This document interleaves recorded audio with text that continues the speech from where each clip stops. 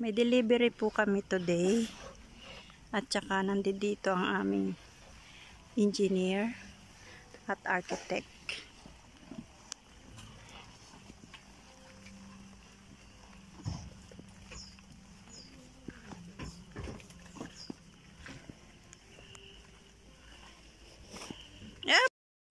Ayan, ito po yung ating engineer at architect. Ayan po si engineer, kumakaway. Ayan na po yung ating pang 2 weeks na pag-build ng ating bungalow. At ayan naman po si architect na kasombrero. Ayan na. Nagpo-poste na po sila.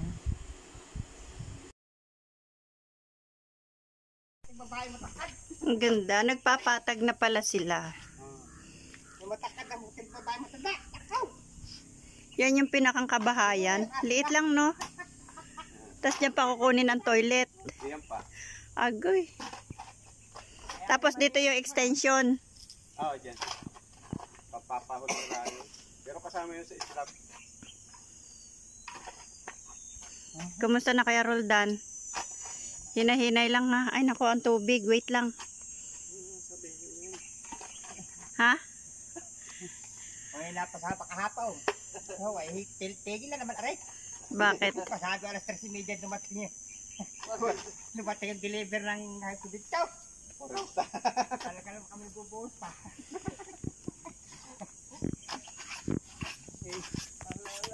Eh, pasan babae.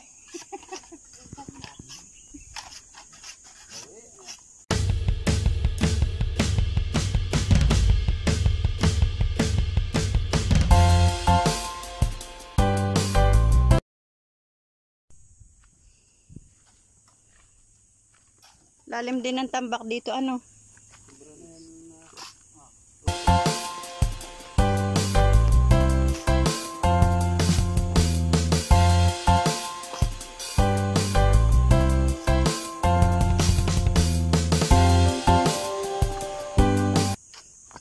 Tapos babayuhin pa yan.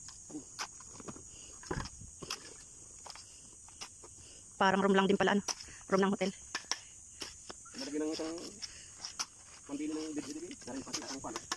Ah, dyan ang kitchen. Ganda na. Pang 2 weeks na ito, ano? Ah? 2 weeks.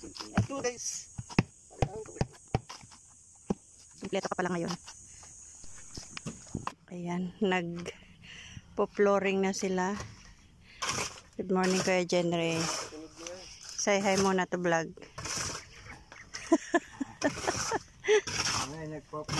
Kaway, kaway, kaway, kaway. Kaway, kaway. Ayan na. Kainitan na.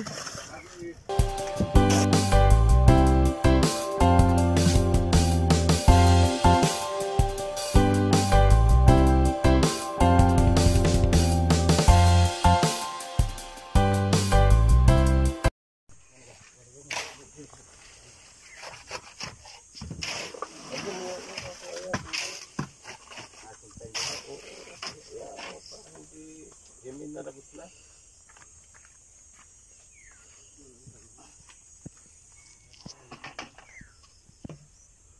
Kaya ako pinasunod si Ayla, hindi nga malagot pa yung isa. Sinalisod na.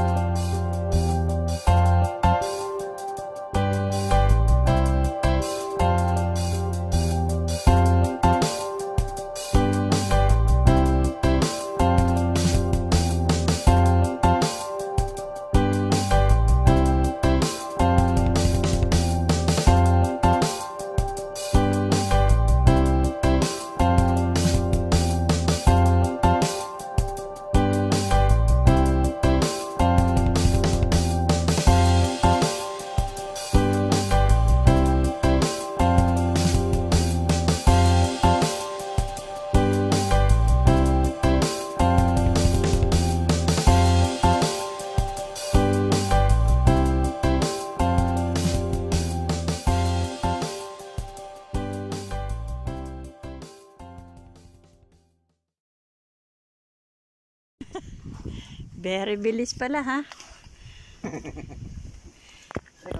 Business. Umalis kami kanina eh.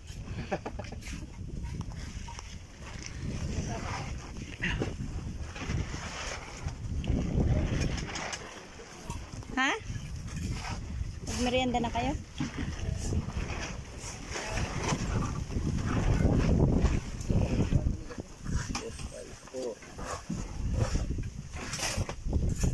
Malaki din pala pag nakulong ano.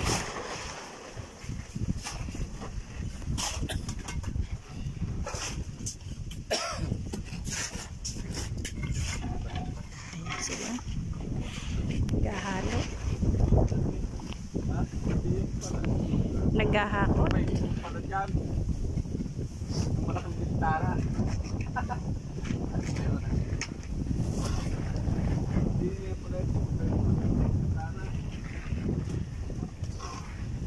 Patay ka, mali ang sukat. Saan? Ay, ano gagawin? Mataas pala ano sa lublat. Oo nga, mataas nga. Kasi natin. Ano ang gagawin? Ay, kaya nang nangyari.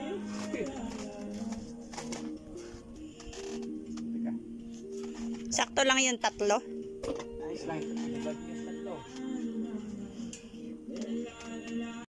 Ayan, mga katikya, ito na po yung ating pang second to third week na pag-building. Ayan, see you guys sa susunod po nating part 3 dito sa pag-building ng bungalow. Kasi yung next na dalawa ay tiny house. Tiny house din to pero maliit lang siya. Bye.